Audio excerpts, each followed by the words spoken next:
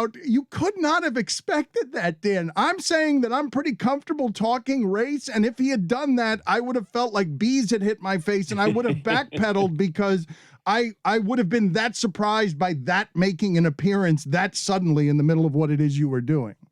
I just wanted to give him the opportunity to talk, and that was it. I tried to just have him clarify it. After what he said in the GQ article, I thought, okay, it sort of hung there, and then nobody in the media followed up on what I thought was the most important part of that, and that's you're calling Phil Jackson a racist. I don't care what he says about Kevin Durant. That's his opinion, and he's earned that right to, have, a critique of Kevin Durant. His coach, that was different. And I thought, okay, he'll put it into context and maybe say, you know what, that's not what I meant, or, Phil was whatever. And then all of a sudden he doubled down and went, okay, now we have a conversation going on here. Again, we backpedaled immediately and just went straight to shilling the bourbon. I was hammered. We just started shilling the bourbon. But as you went down this path with him, are you surprised? Because we were just talking before about his level of bitterness, and Stugotz is still out here saying that he's not that good and that what? That's not what I said. He's great, Scottie Pippen, but he has all of this because of Michael Jordan. So I don't understand the bitterness. If not, listen, he's Sean Kemp if he doesn't play with Michael Jordan. So someone was going to play with Michael. He was the second guy, and because of it, he's a top 50 player of all time. He should be thankful to Michael. Did you hear all of the bitterness, Dan, or were you surprised by the amount of bitterness? I'm just wondering if this was built up for the last 25 years. And nobody ever asked him. We always wanted to talk to Phil. We always wanted to talk to Michael. And I think Scottie was just sort of there, not simmering, because I don't want to put words in his mouth, but I think there was something that he was just kind of, maybe filing away. And then the documentary comes out. He's not portrayed like one of the 50 greatest players of all time.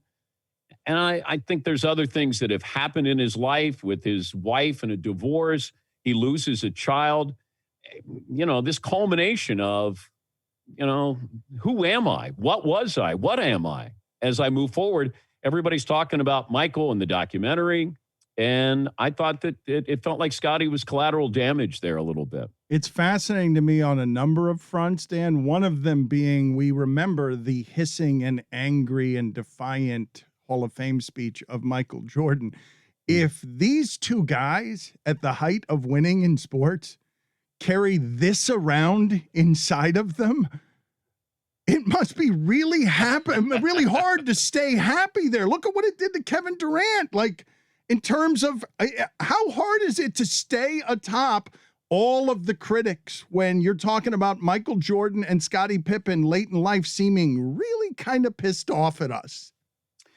Well, when you're winning, you don't say anything because nobody wants to listen to somebody who's winning and whining. And, I don't know what this book is going to be like that Scottie's going to have coming out in the fall. I got to believe there's going to be more of this, bombshells. But I'd been around Scottie. I was always on the periphery with Scottie, and maybe vice versa. That when we would do those SportsCenter interviews after those games in the NBA Finals, it'd be rare if I had Scottie in. It'd be Michael. It would be Phil, and that'd be about it. And Scottie, I think, has had things to say. I just don't know if he's ever been comfortable saying them publicly. And just that buildup. And you're labeled this way of, hey, you're this, oh, yeah, you were with Michael. It's never Scottie, and Scottie had his moment. He was going to take the Bulls to the NBA Finals. And in his mind, this is my team. This is my moment. I mean, he's calling Michael selfish for leaving to go play baseball. Like, there's just a lot of things there to unpack. It doesn't mean that we have to understand it. In Scottie's mind, he's saying, this is obvious to me. Why isn't this obvious to you? And why is it that nobody believes what Scottie Pippen said yesterday? I don't think anybody came to his defense yesterday, and it's a harsh thing to say what he said about Phil Jackson. But is there any truth, validity in this? That's what I'm really, really curious about. Were you uncomfortable? You never seem uncomfortable, but were you uncomfortable? Because he was, I wouldn't say that he was aggressive, but again, he questioned whether you understood English. Yeah. That was the part where you just have to push that off. I just had to, swat it like Dikembe Mutombo. I didn't want to raise the volume. I wanted to keep him here, and I didn't want to yelling back and forth. And that was the only moment where I'm like, yes, I understand English. I don't have to say it, but that was the one where I thought, okay, he's going to come a little more unhinged here, and I want to be fair to him, and I decided to not say anything and then just keep moving forward. Dan, what are the keys to being good at this? Little late for us to be asking that. What did I tell you? Call me 20 years ago. I would have, as Le Batard has told me many times, there's nothing better than listening to your own voice.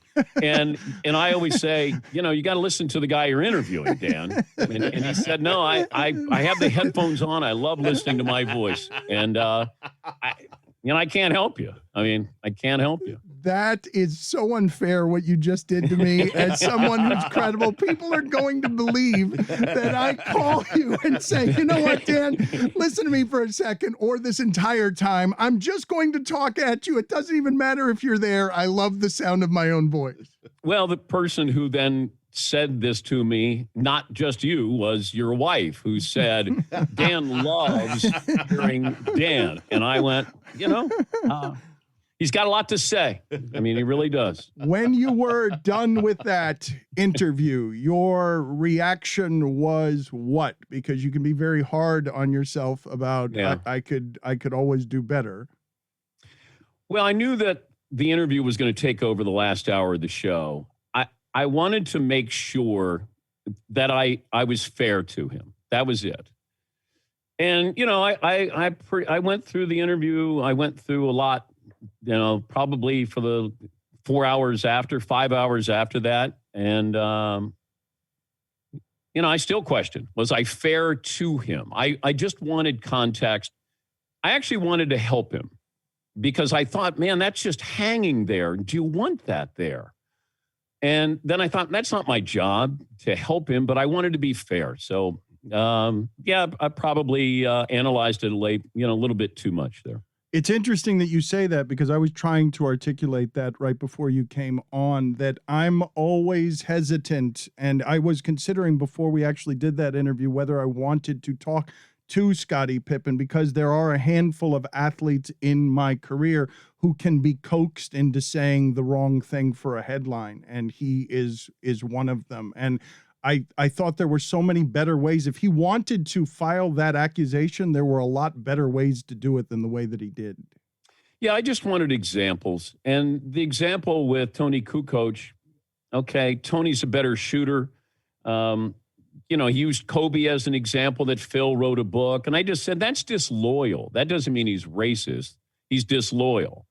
The Steve Kerr timeout where Michael's playing to the cameras and he's calling the play for Steve Kerr to hit the shot.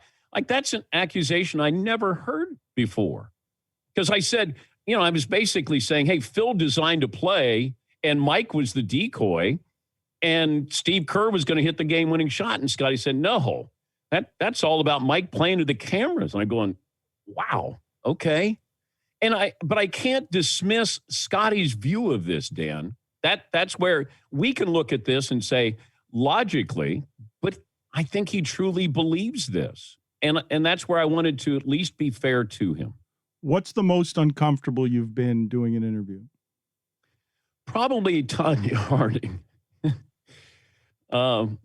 This was, 5 years after the Nancy Kerrigan incident. And I had her on, and she was doing a boxing match, a celebrity boxing match in between periods for a minor league hockey team. And I'd never interviewed her. And we started talking, and then she started talking about religion. And I said, well, what did you have religion after what happened with Nancy Kerrigan or before? And then it went sideways after that, because next thing I know, she goes, hold on, Paul wants to talk to you. I don't know who the hell Paul is, but she hands the phone to a guy named Paul, and he goes, hey, what's going on here? I said, I'm doing an interview. Who are you? Do we have that clip? Can we play that for Dan? Hold on a second. Paul wants to talk to you. Paul Brown, man. Yeah, Paul. What's happening? We're doing a radio interview. Yeah. Is your life always like that, where you're just wandering around and you say, this clip that happened in my past, can you play that? Paulie is always lingering around, ready to play a clip. Yeah. My guys are ready, Dan. Unlike your guys yesterday with Pippen, my guys were ready. Dan, do you sweat? You got 19 people there. What the hell was happening yesterday? You can't blame everything on Cody, by the way. We got him a week early, and he made us uncomfortable by pushing back on one thing, and I'm not making it up when I say we immediately started doing shots with him. Like, I totally retreated. I am not confrontational interviewer, guys. I was terrified, Dan. Stugotz asked the hardest question. I was just lobbing softball. I've never had so much interest in digits bourbon.